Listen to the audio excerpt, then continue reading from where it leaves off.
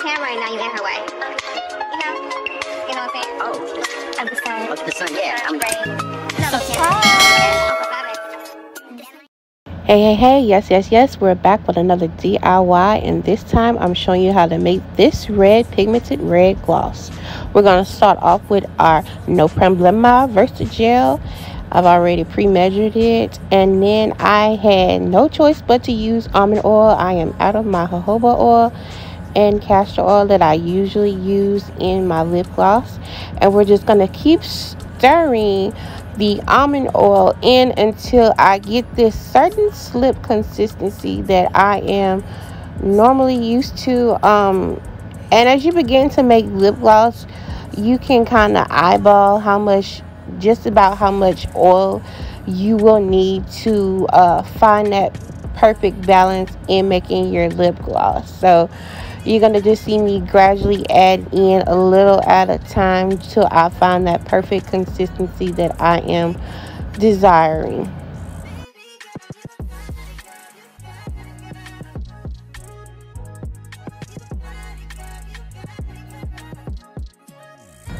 All right, I have reached my desired consistency that I'm looking for in my gloss. So the next thing that I will be doing is starting off with a white base. So I'm going to grab my white pigmented color that I purchased from TKB. Of course, as always, all the items that I am using will be in the description box below, so feel free to check them out.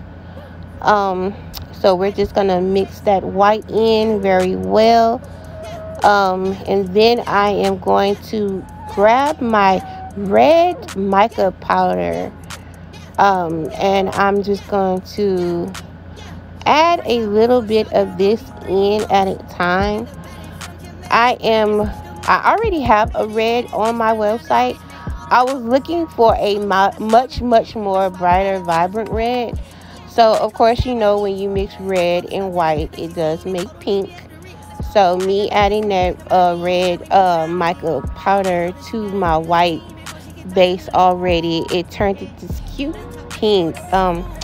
And yes, this was giving me a whole nother vibe. I was sitting up there like, well, shoot.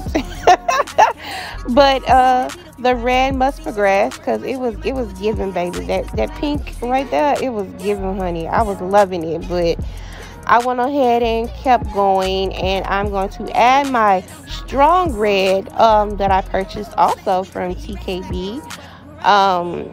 It is a very vibrant red, and then I added a deeper red. The label came off. I've had these pigmented colors so long, Lord, that the colors the labels have actually fallen off of them, and I'm just gonna continue to mix those two reds in to my bowl.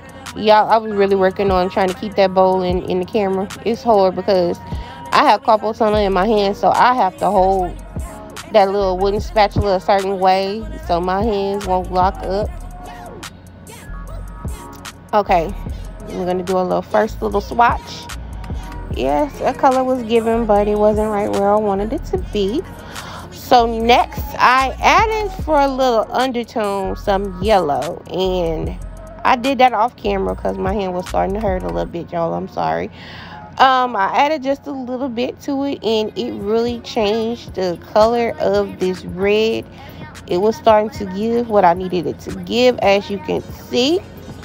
It has a little pinkish red color, but it was giving that candy apple red color that I was looking for, and I was satisfied. So I added in my cap too, as you see, and then I added in a little fragrance or lip oil fragrance that I wanted to the mixture, and that was really it. I mean, people, it's really not that hard to make pigmented glosses. It just takes a lot of stirring and a lot of research on how you want your gloss to turn out, but it's fairly easy. Anyone can actually do this. So if you're into starting a lip gloss business and you want to dabble into pigments and glosses, you know, of course, please like, subscribe, and follow my channel for all the tea on lip glosses. Y'all do not laugh at my pipette thing. I did not have the bigger pipette to do and fill my tube, so I made a little something.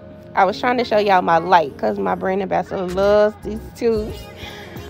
Everything was just trying to give me issues, but I got that pipette to work, y'all. Yes. And then the tip is, do not overfill your tubes. See where that black line is on that tube? That's where I stopped at. Because if you overfill, your stopper will not let that one go down in that tube. So you want to just stop right there at the beginning of that black line on it, so you won't have any issues with the stopper and your wand going in properly. Again, I want you guys to please like, subscribe, and share my video. If you have any other DIYs you would like for me to do, please feel free to leave me a comment below.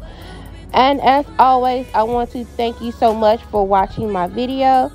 And don't forget to embrace the queen or king that you are. See you in the next video. Bye.